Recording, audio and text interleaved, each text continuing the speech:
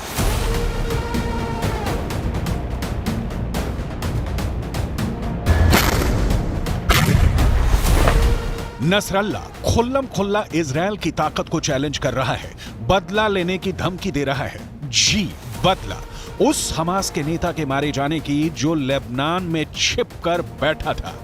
Israel की सेना ने हमास के इस लीडर की तलाश की और मिलते ही बेरूत में मौत की नींद सुला दिया।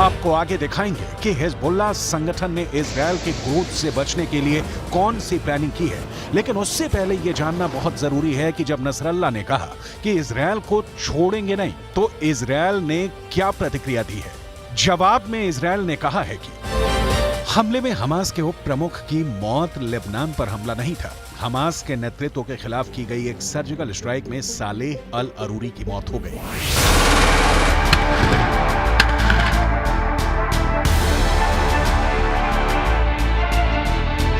2006 के बाद यह पहली बार है जब इजराइल की फौज लेबनान में घुसी और अरूरी को मार डाला।